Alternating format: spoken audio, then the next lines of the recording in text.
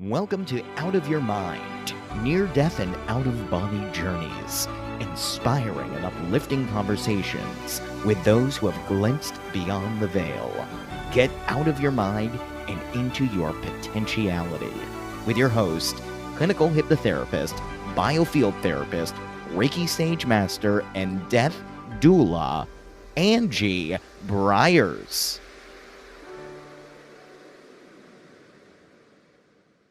Our guest today is Gary Cocciollilo. He's a really good friend of mine, and I was a guest on his podcast, Everything Imaginable. And in his podcast, he covers everything from paranormal to remote viewing to alien abductions and sci-fi theories. And he's an amazing person, very, very, very intelligent. And we became friends from there. And really amazingly, I've only just found out that Gary actually had an out-of-body experience, which some would call a near-death experience, but he, like me, likes to term it as an out-of-body experience. And he had this while he was having a seizure. So he's agreed to come on today and talk to me about that and what he's learned from it and how his life has changed. Gary, how are you? All right. How you making out? I'm good. I'm really good. Really good. So thanks for having me on. I'm excited. You're welcome. Thank you. Well, I'm very proud to have you here. So, Gary, what happened? Well, I was at work and everything was going pretty well. And then I didn't feel too good. And it was like the lights were flashing on and off like a strobe light. And I squeeze orange juice for a living. So my coworker was like, oh, well, just drink some orange juice. And I drank some orange juice and it didn't help. And she's like, do you have to go, like, maybe go sit down or something? And I was like, yeah, this is really kind of weird, I don't really feel right. And we were walking towards the back of the store and that was it. I was out. And during the time that I was out, I was out for almost a half hour. And it seemed like maybe like seconds to me. By the time I woke up, I was in an ambulance. But while I was out, what was really cool was I remember being like in this vortex of colors, and like there's all these colors kind of like swirling around, and it was music, like there was tons of sound and color. And behind me and in front of me was just blackness, and I wasn't scared at all. In fact, I remember just being in that vortex and being like, wow, man, this is really cool. I mean, like this is awesome. I was really kind of digging it. I wasn't afraid. I didn't feel any pain. And it was really just a beautiful experience. And then all of a sudden I heard somebody yelling my name, going, Gary, come back to me. Gary, come back to me, like in a distance. And that's when I opened my eyes and I was already in the ambulance. So my wife was yelling at me. Wow. So your wife works with you, or was she called? Yeah, she worked there too. Okay. Wow. And also I would say about a week later after that, I received a book in the mail from Oxford University. Now, this isn't like Amazon or anything like this. This was a book that you can only get from Oxford University in England. And the book was on time paradoxes. And the receipt from the book was 6 months in the future. I had even took a picture of it and posted it on Facebook. So I have this idea that during that seizure, at some point, I must have communicated with a future self and had that future self mail me that book. Wow. So a sense of time travel. Yeah. Like a lot of people believe that the self exists in all different planes of existence at the same time. And when one self ceases to exist, is able to communicate with some of those other selves in the past and in the future.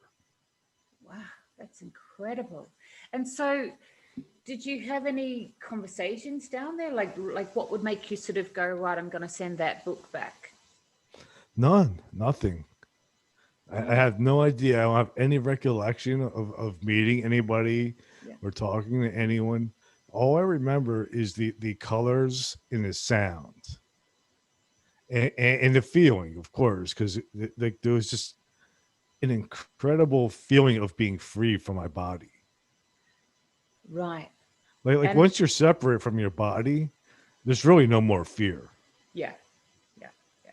And I think that's a huge message to get out to people because, the greatest fear of people is that last breath. And where do I go when I go out of here? Like we cling so much to our vehicle that, we want to take the wrecked car from the wreckers and hold it with us all the time, when really it belongs at the wreckers and we're just going to get a new vehicle, right? So Yeah. when you left your body, did you have a sense that you were dying, or you just knew that you were on another platform while your body was being worked on or healed? I I think I just didn't care. I Right. think I was so enthralled in the experience of all the color and sound that I honestly just didn't give a shit. I was just like, "Fuck it, man! This is way better than smoking angel dust." That's amazing. And when you came back, did you have a sense that anything was different? Like I mean, you Oh, woke up in the ambulance. everything's different. Yeah. Everything after that day has been different for me because that experience changed my perception of reality. One, I'm certain that consciousness exists outside of my body, which is a game changer. Because now I don't care if my body dies or lives; it doesn't make a difference anymore. And so did this happen before your podcast and before your deeper interest in these types of things, or was it recent? Like how long ago was it? This was about 2 years ago. Right. But my interest in the paranormal and life after death and everything, I've had since a very young age. When I was a kid, I saw my grandmother had passed away, and I was doing a paper route, and I saw her floating across the parking lot, and she waved to me and disappeared. So, I had that encounter. I belonged to a paranormal investigation group for a while.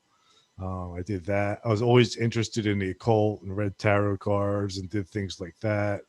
Um, So was this so, from so the this is experience that lifelong was stuff for was me. this from the experience of your grandmother leaving, or was it even prior to that? Prior to that, even, yeah, Wow. yeah. So you've basically come to this life with an interest of things exterior of our body, and that's being driven and actually being validated by these experiences in your life. Oh, yeah, yeah. I mean, I think from the time I was a child, I was fascinated like with going to sleep and dreaming. And as I got older, I got interested in hallucinogenic drugs and having that type of experience. So yeah, I mean, it's always been something that's interested me. Yeah, yeah, yeah. And so the hallucinogenic drugs and things, once you've had real personal spiritual or supernatural experiences, can you share the comparison to taking drugs to that? Like drugs are always related to as it Hmm. was surreal, like it was on a television somewhere else. I can only remember part of the memory of it. Yeah, Whereas yeah. whereas I mean, people that the come back drugs that from I took were just like what was available at that time, which yeah. is like LSD, mushrooms, angel dust. Um, but now people have things like DMT and ayahuasca, which I would admit I would like to try. You know, Yeah. Yeah. So is there a difference between taking them and having your own experience? oh yeah, absolutely, completely different. So what's the difference? With the drugs, you're still in your body. I was still there. I still had control. I mean, I could smoke angel dust to still be able to drive a car. I had really good control over it. Oh wow. Okay. And you were in a band, weren't you? So did the drugs and things come with the music scene or Yeah, yeah, absolutely. yeah. Yeah, it helped me be more creative. Yeah. Okay, cool. So how's it changed your life? I'm not afraid of death anymore. Yeah.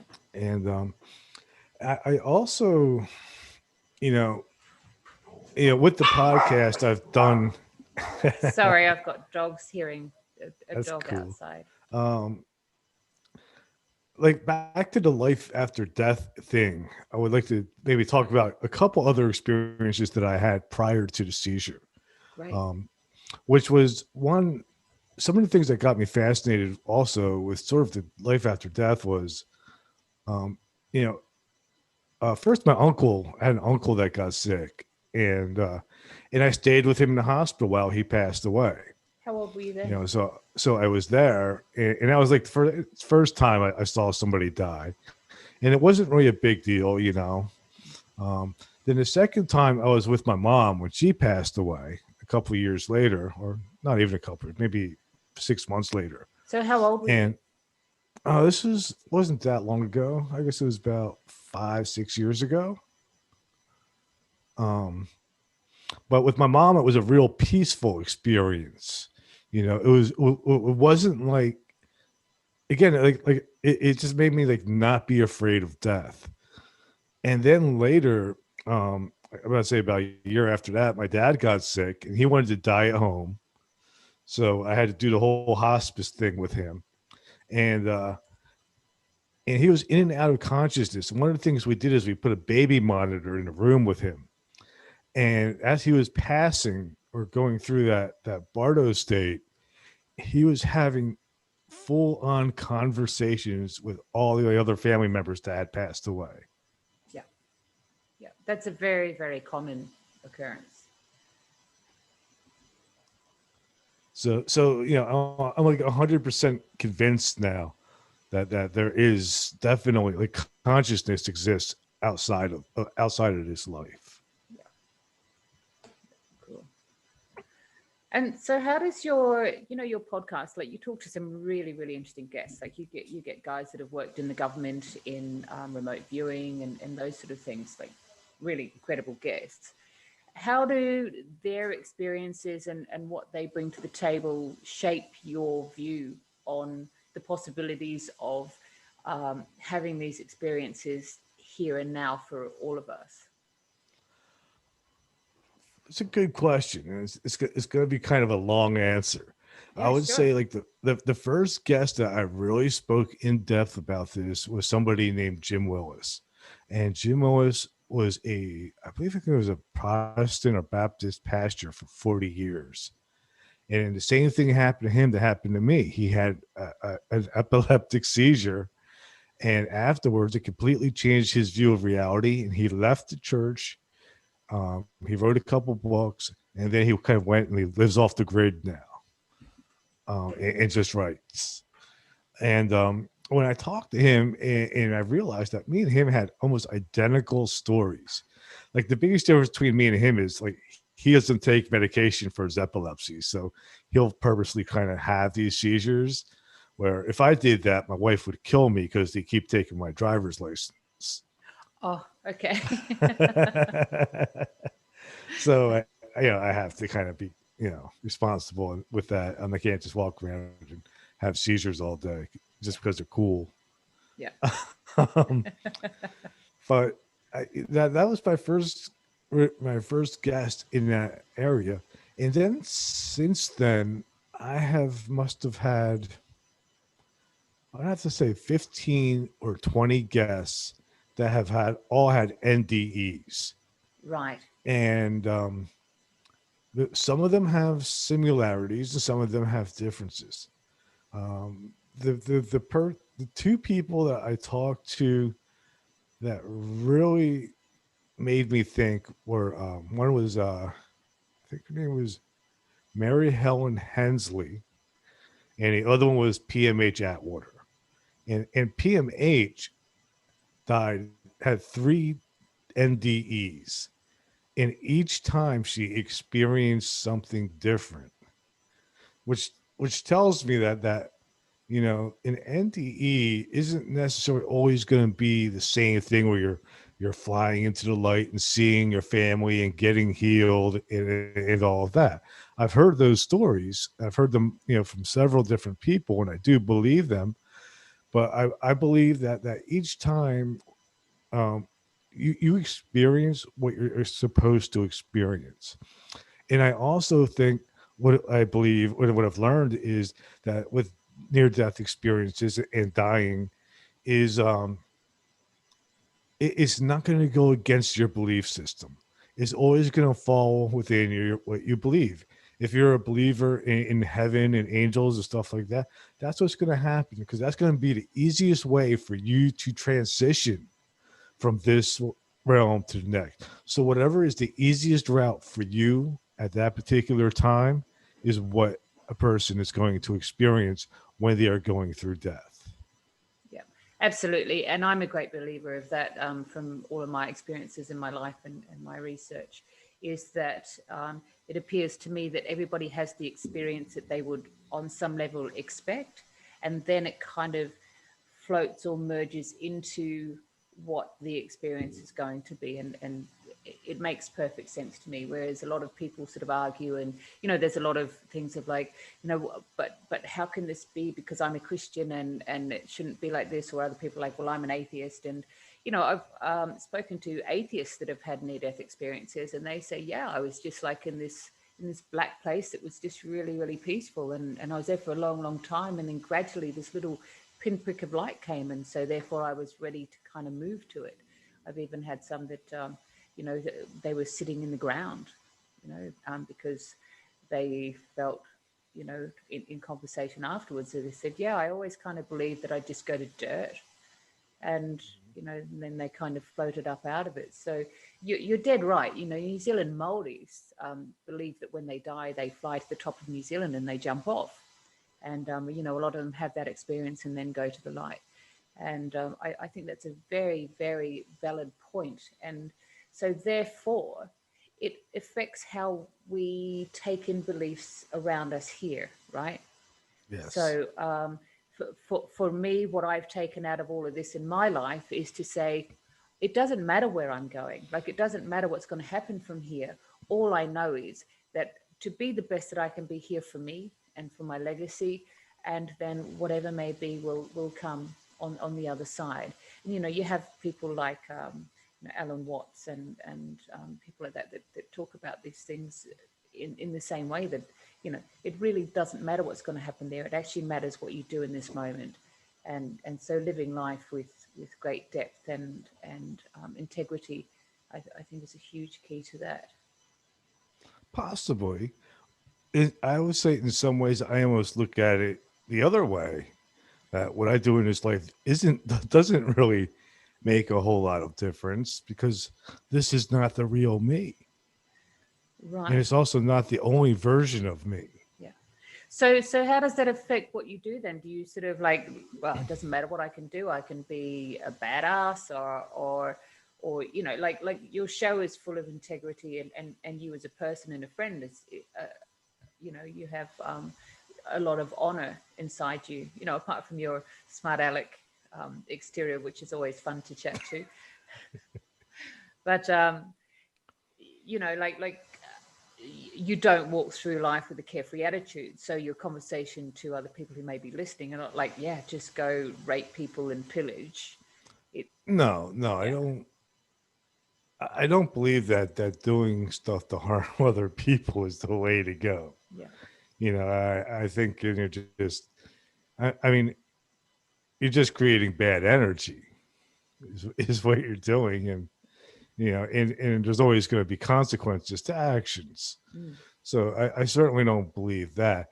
But I do believe that life is not meant to be taken so seriously. Yes. And it's more about, life is meant to be enjoyed. And I think people should enjoy each other. Absolutely. And I think that's what we like. I think there's too much emphasis on money, honestly. Yes. Like, that's sort of my big thing is like, I'm almost like against money, because I think it's like a form of slavery. People waste their entire life chasing after the almighty dollar. And then when it comes to die, you find out it doesn't mean jack. Yeah, exactly. And in old age, they're very lonely. Like that's often a teaching time for a lot of people, and a lot of people that are terminal that I work with, sort of come to this thing and they start looking back at their life almost like their real time review, and sort of saying, oh, I was so absent from my life because I was so busy, feeding the corporate and wanting to climb the ladder, and for what? Here I am. Yeah. And it creates a lot of regrets, and that's where my work comes in, is to help people sort of find that other side and clean up that backyard, and tidy up their legacy of love. Yeah. And being alive is a really cool experience, and it can be very enjoyable and fun. Yeah. And so can dying. Yeah. So in a way, it's like it's all good. Yeah. So what do you see as fun in dying? I mean, at least experience for me, like what I had out of my body is like, one is there's no more pain, there's no more fear, there's no more anxiety, there's no more want, there's no more need. You just become whole with the universe, basically, in a way, and it's amazing. Yeah. Yeah. Wow, sounds incredible. So with your podcast and with your inner self knowledge, you speak to a lot of people that have experienced alien abductions, and other really difficult things to be, like I've never had an experience with that, so I can't have an opinion on it. It's really interesting to listen to people who have, but with yourself, so your take on it is that we're also not necessarily just human beings, that there are more, and we are open to more if we are open. I believe that we're limited in what we can experience through the five senses and the limited amount of consciousness that we're able to experience within the body. One of the reasons I named my podcast Everything Imaginable, because really I believe that if a human being is able to imagine it, somewhere in the universe it exists. Yeah. And even that's a limited belief, because I don't think a human being has has the ability to imagine everything, every possibility. So Absolutely. and, I remember as an 8-year-old, just lying on the grass at school and just imagining, because, I just learned about eternity, and I was trying to imagine the end of this universe joining that universe joining, like it just was mind boggling. Yet I was able to eventually come to terms with that as okay, it makes sense to me. I can't visualize it, but it makes sense to me. And so then as you ask more questions, more answers come. And so there's a lot of people that don't believe in anything exterior of the body until they have their own experience. And so it's a similar concept, right? For those people that haven't experienced it, to be, well, how can there be so much? Well, I can't imagine it. But for teaching people and allowing people to come to terms with it, look, that may well be a possibility. Like myself with alien abductions and things like that, it's like I haven't experienced it myself, but it's definitely a possibility, because there's thousands and thousands and thousands of people that have experienced this and that are now speaking about it. So for me, it's ignorant of me to declare it as false, right? right. And I think that's what your platform does in Everything Imaginable. It actually allows people to imagine what the possibilities are, so that we can lose that Hollywood movie ideal of aliens coming down to suck our blood dry and things like that. I think it's fantastic. Yeah. I mean, with the alien stuff, I mean, I've never experienced it personally. I've never seen a UFO or been abducted or anything. Although I would really love to see a UFO, that would be like a big deal for me. I do believe they exist, and I've talked to people. I talked to a scientist once that said that he worked for NASA and helped reverse engineer a flying saucer. This was way back in the early 90s, maybe, yeah, early 90s. Yeah. And Wow. so you know, I definitely believe that that is happening. And you know, I don't think it's just little gray men though. I believe that there's probably, and I also don't believe that it's necessarily something from another planet. You know, Right. I mean, there's the whole time travel aspect. I mean, I think there's the possibility that there was an advanced human civilization that may have wiped itself out and left the planet. Some of them left the planet and now are returning. So they're actually humans that look completely different because they evolved differently in outer space. I think also that there's the multidimensional being aspect, you know, which some people would refer to probably as angels and demons and um, elemental entities. Um, and uh, some people talk about these reptilians that live underneath the um, Earth's surface. Um, and then one of my favorite ones, which is very rarely talked about, is the idea of the aquatic ape theory, which is that life beneath the ocean evolved to an advanced civilization just like us, but it's deep underneath the ocean and we just haven't found them yet. But they have found us. They're probably more advanced than we are. Wow. So you Because think if we that's were, at the basis of like reptilian? I think, no, I don't think that's the reptilian, Oh, no. But I do think that there's probably some type of aliens that, or some type of intelligent life beneath the ocean. yeah, yeah, yeah. And so do you think, let's talk oceanic life, for example, the mass beaching of whales and dolphins and things like that in different areas. Do you think that that has any specific message to us as humans, or like, do you think that's anything like that?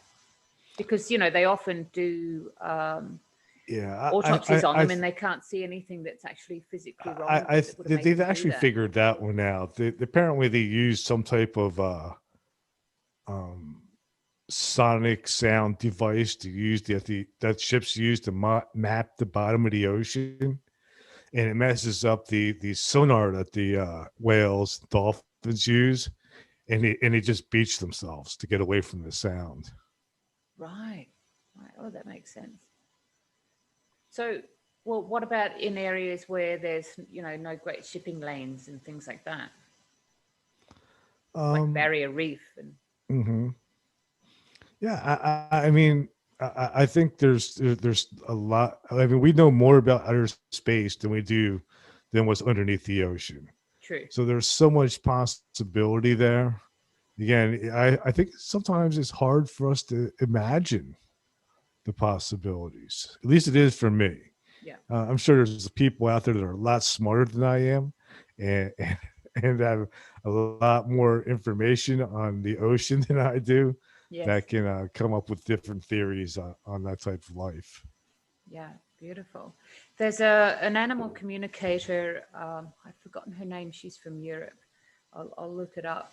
But she had a conversation with a shark here in Australia, and it was a shark that had taken somebody's life, and her conversation with the shark was the shark being very clear about its conversation with us, and it had actually mistaken that person for something else. But the shark had a huge conversation with her about, our interaction with nature and what we're doing. And it had a whole conversation with her about why sharks are coming in closer and things. And it was all to do with our fishing and stuff like that. I always found that really, really interesting because, I do, I personally work with animals as an animal communicator. But I know that they have very, very in-depth emotions and feelings and views on the world and views on us and how we walk in the world. And I have to wonder if they are trying to communicate trauma to us in our oceans and what we're doing. Like if the sonar affects them, does it affect plant life? Does it affect coral? Does it affect all of the life under the ocean? Right. Yeah. I think that everything is probably able to communicate with us or Yeah, communicates in some type of form. yeah, Life underneath the ocean, even above ground, plants, animals, there's always some type of chemical or conscious interaction between all life. I think at some point it's all shared as one. yeah, yeah. So, have you interviewed any animal communicators or anything like that, or any animal psychics? Just you. Yeah. So you haven't had any messages in there. And what about mediums and things? I haven't gone through all of your podcasts, but people that are Yeah, mediums and psychics. I've had probably maybe about 20, 25 of them. Yeah, yeah. And what do they Yeah. have to say about? Or let's take aliens. Do they communicate with them? Like, I sort of don't come across many mediums that have direct conversations for somebody in the room from Mhm. from like an alien, but they, a lot of them sort of say, oh yes, my guide is a Palladian, but actually having Right. direct conversations with aliens to Right. their human client. So I was really fortunate. Long time ago, I read a book called um, "Revelations of the Syrian Race" Right. by Patricia Corey, and it was the first book I read of that kind. And I read it like I'm talking. I must have read it 20, 25 years ago for the first time. I was really fascinated, but but I was a little bit skeptical too. I'll be honest. And I asked her to be on my podcast, and she said sure. Wow. and and I was really excited to get to talk to her. And after talking to her, I, I totally believe she's 100% authentic. Yeah. Yeah. She had an experience inside a crop circle near Stonehenge, where she went unconscious, had an out of body experience, and when she woke up, she was able to communicate with the Syrians. Wow, that's incredible. Did she have any like messages or anything that she shared with Oh you yeah, about that? I mean, she's written like 5, 10 books on Oh, me. So okay. so yeah, I mean, she's in constant contact with these beings. Yeah. I mean, the gist of it is that human beings have the ability to ascend Yeah. our consciousness, raise our vibration to a higher vibration, Mm. and those of us that do that, um, we're basically able to move on to the next level. And it's not just humans, but she also says the whole planet, its vibration is changing, and it's all happening actually like right now. Yeah, That's absolutely. why there's so much turmoil, so much friction. It's because you have vibration rising inside of people and on a planetary basis, and then there's other people that are vibrating at a lower rate and basically are resisting the change, and that's what's creating all the tension that we're experiencing now. Yeah. Yeah. I agree. They've done like amazing tests on plants with vibrations and even the vibration of music. You've got people like Edgar Casey that, spoke of, you can tell a lot about people by the plants in their house, you know, um, because they work on vibration. And they did these tests on all of these plants, and they put them all in terrariums, all exactly the same plants, exactly the same soil, exactly the same feeding, light, everything. And then they played to each one different music, for example. So they were talking about the vibration of music. And, all of these plants had different lives, like heavy rock died straight away, country music did nothing, classical music bloomed out of control. And it was just really, really interesting how the vibrations of these worked, and the vibrations of plants around people and different areas, areas that should be green suddenly all die off and things like that.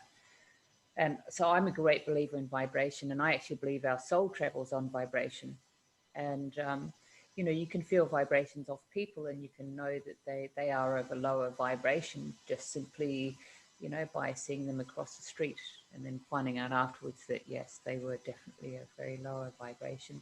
And, you can just be around other people and they can be 500 yards away, and you can feel their great love for the world and their humility and kindness. And so I'm a great believer. I'm right there with you on that one for sure.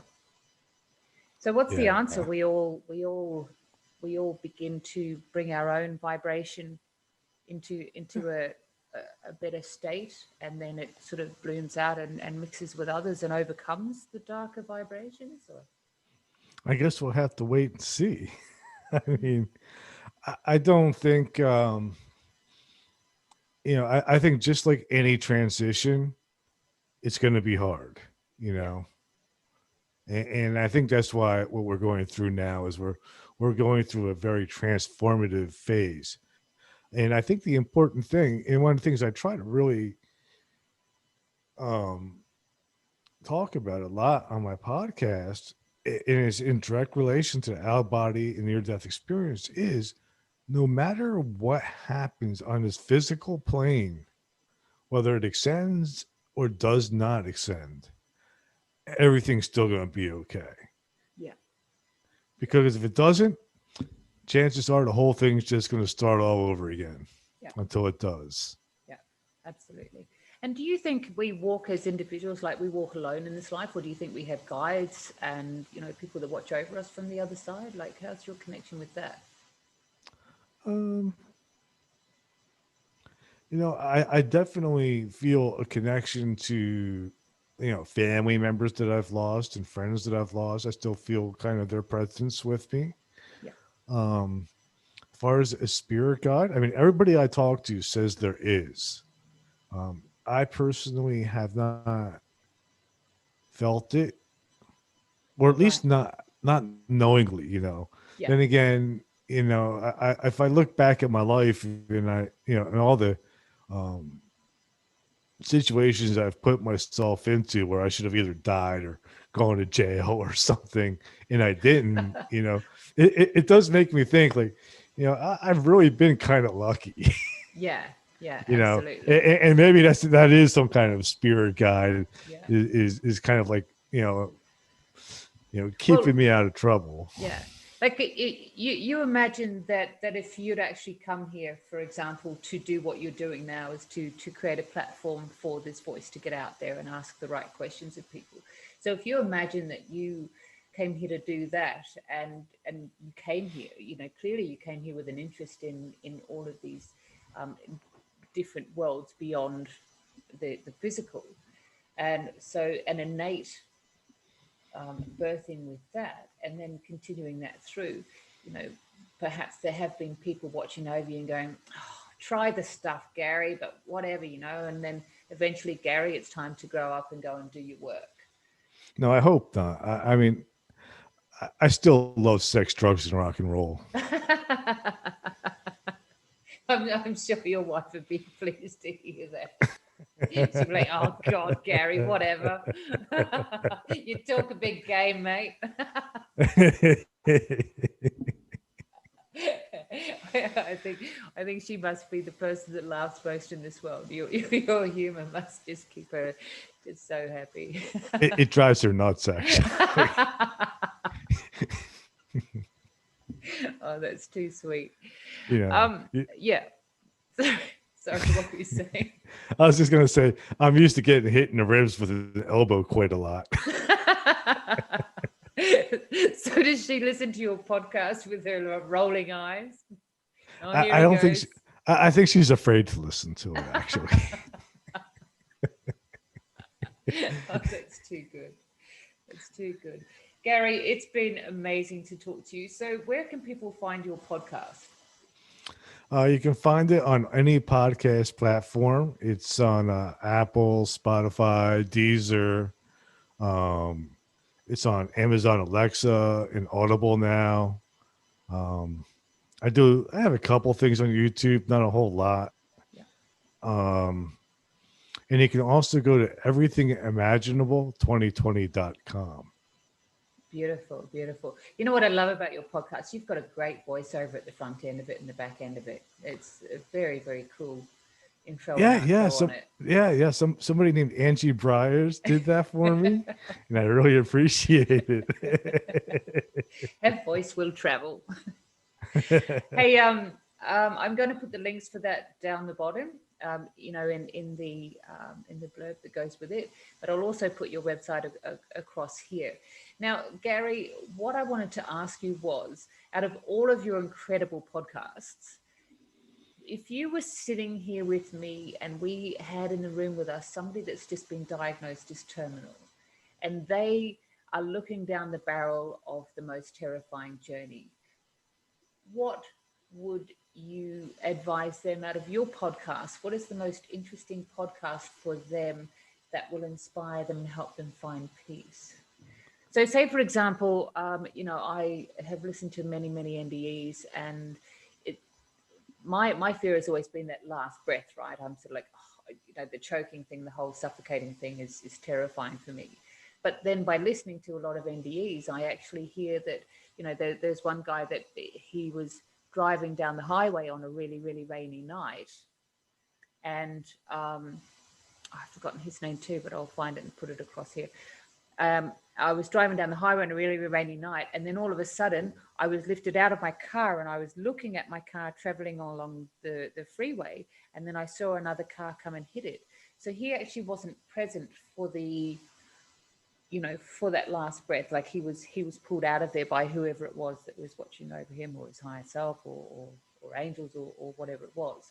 But, I find things like that really, really inspiring, especially for terminal people. So what would you suggest out of all of your huge library that they could go and see? And we can put the links to those in here as well, if you wouldn't mind. Okay, so there's two of them that I would recommend. One is M H Attwater.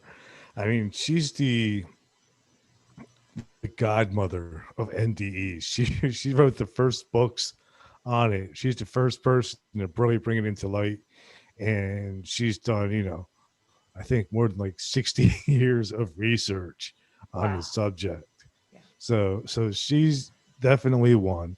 And the other one that I would listen to is my interview with Richard Ireland. Richard Ireland is he's the son of a famous psychic. His father was Mark Ireland. And his son passed away at the age of 18 years old, something really young. And then after that, he has really dedicated his entire life to working with mediums, right? And finding out which ones are legit and which ones are not, and helping grieving families find the right medium in order to be able to contact their loved ones. Wow, that's really amazing.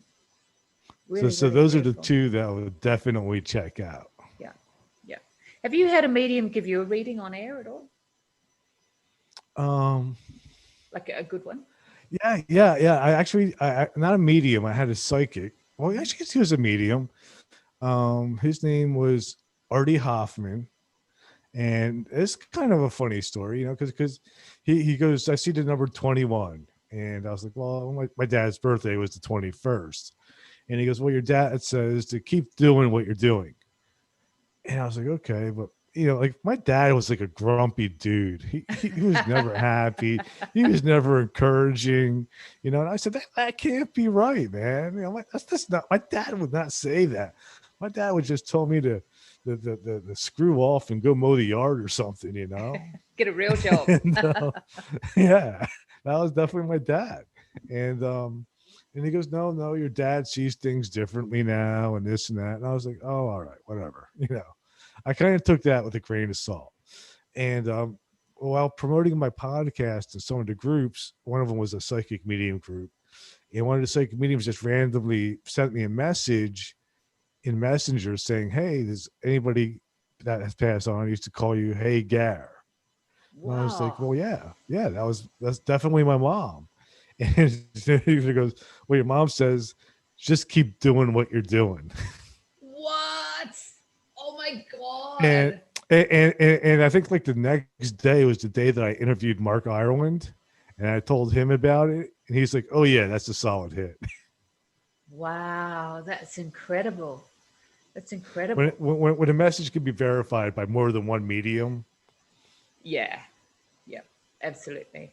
And so you're keeping doing what you're doing. You're doing amazing with it. You have the most amazing guests. Like, I'm just in awe of how you get guests. You know, it's just, you have a great podcast, and I love listening to it. And Thank you. I love the friendship we have. And there's sort of a few of us that are kind of hang out sometimes, don't we? Like, we're all going to gather together on election night and just have a blab. I don't think I'll get a word in edgewise with you boys, but it'll be fun. Oh, yeah. And don't forget, Wednesday, my 100th episode.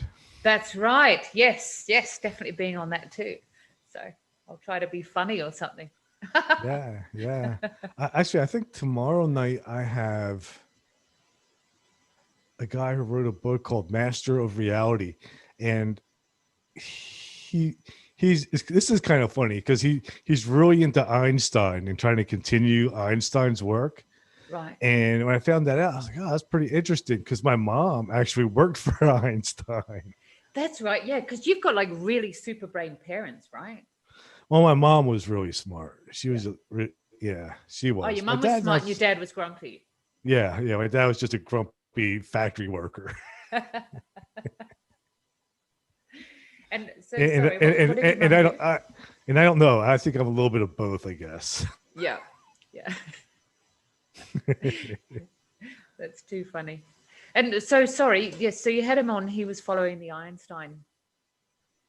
Yeah. I have him tomorrow night. Oh, you have him tomorrow night. All right, cool. Yeah. That'll be really, really interesting to listen to. But like right now, I'm almost like 3 weeks ahead on episodes. So brilliant. Well, Gary, I'm going to let you get back to it, and it's been amazing to talk to you today. And I'll put those podcasts up there, and we'll put some references to the one tomorrow night, cool. Because that'll come up pretty quick. So I'll add that in. Well, actually, the one tomorrow night won't come out until about 2 or 3 weeks. Yeah.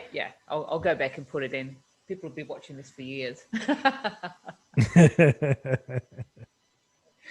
All right, Gary, thank you so much for your time. Mwah. Love to you and your wife and your 5 children. You too. And tell Greg Bornstein I said hello. Yes, I will do. Well, he will be joining us for your 100th episode. He better. Yeah, he's always a better funny not one. wuss out on me. Yeah. He's the old, what? Wait, what? Yeah, well, it's kind of funny that he ran into my friend Renata on a train. I know, right? That was an amazing story. And then he just couldn't get his head around how out of the whole of New York, and you both don't even, habitate in the same world. You both know the same person. He underestimates all the people that I know. Yeah, exactly. I wouldn't be surprised who you know. I wouldn't be surprised who watches your show either. So, right. Is that why you don't talk about Trump too much? I never talk about Trump. That's right. In case one of his boys are listening. I had one guest tear me apart about Donald Trump. Really? Yeah. I had a guest. He was booked through a publicist. His name was Arlen Schumer. It has episodes there. And if you listen to it about 45 minutes into it, he starts talking about, the civil unrest and the virus and everything here and all that. And I was like, oh, yeah, you know what? I mean, I understand it's bad, but I can't, I don't vote, Yeah. And he goes, well, not voting is a vote for Trump. And I was like, well, I don't care. Whatever's supposed to happen is supposed to happen. Right. And then he went off on me for about a half hour. Oh, wow. He threatened to hang up on Zoom on me and all this stuff. Wow. So did you end up voting? No. I mean, it's not like voting one in the United States doesn't count because of the Electoral College. Well, that's what I can't understand. I'm from Australia, so that whole concept to us is kind of like, so the people vote this person in, but then that person gets in because their vote actually doesn't matter. It's these guys that that choose in the end. So yeah. Yeah. It's just a make believe system. Like popular, like if it was popular vote, it would be different. Then I would actually vote. But Yeah. since it's not, I mean, Donald Trump really didn't win the last election as far as popular vote goes. Yeah, exactly. He So it doesn't matter. yeah. So then what matters is who they put into that college group in the first place, right? Whether they're on this side or that side. You know what? From the spiritual point of view, Yeah. none of it matters. Just have fun, enjoy life. Yeah, exactly. What love a great the message people to that you end on. love. Yeah. Yeah. And you have fun. You enjoy your life and you enjoy everything in it. And what I love about you is you take people for who they are, and you don't have them on your podcast to rip them apart or destroy them. You are there to simply allow that platform for that message, whatever it's going to be. I've got to tell you though, when I was younger, I read a lot of books by Tuesday Rampa-Lobsang. I don't know if you've ever heard of him, but he had an amazing take on the creation of the world, and it was actually all about aliens and termed them as gardeners, and they came here to see the place. And when it first started, it was all sort of very volcanic, and red lobsters and heat, and then big leafed plants to take up the carbon and change the atmosphere. And then as things grew, the leaves got smaller and things evolved, and it really sat with me. And that's something that sat with me, and it's probably something that has always been in the back of my mind of like, I don't know of alien experiences myself, but thinking of it in this sense, it makes it makes a lot of sense that that's a possibility as well. And whether they're termed as aliens or God or angels or doesn't really matter, I guess. Yeah. I mean, I definitely believe that aliens played a role in human evolution. Yeah. There's too many missing pieces. Yeah.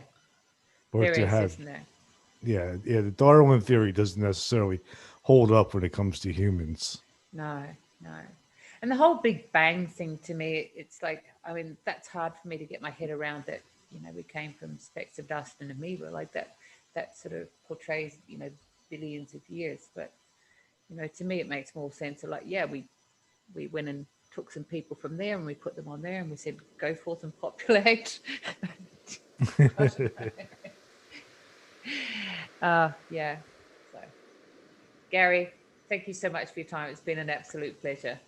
All right. Anytime. Thanks for having me. Now let's not forget Gary's book, Enlightenment Guaranteed, the only book on Zen you'll ever need. Everything you need to know about Zen is in this book. Meditation techniques, how to live a fearless life, acceptance, living in the present moment, compassionate living, Zen philosophy, history of Zen and Buddhism. This book is short and easy to read, yet it is a comprehensive guide to living an enlightened life. It's available from Amazon and Kindle. Thanks for listening. Angie is available for clinical hypnotherapy specializing in PTSD, trauma release, and active living and regression therapy via Zoom. To book or find out more about online workshops, you can contact her at angieb@gmail.com or visit her Facebook page and YouTube channel, Angie Breyer's Biofield Therapy, or go to her website, canberraholisticcenter.com, spelled with a W. If you like this podcast, don't forget to review, like, and subscribe.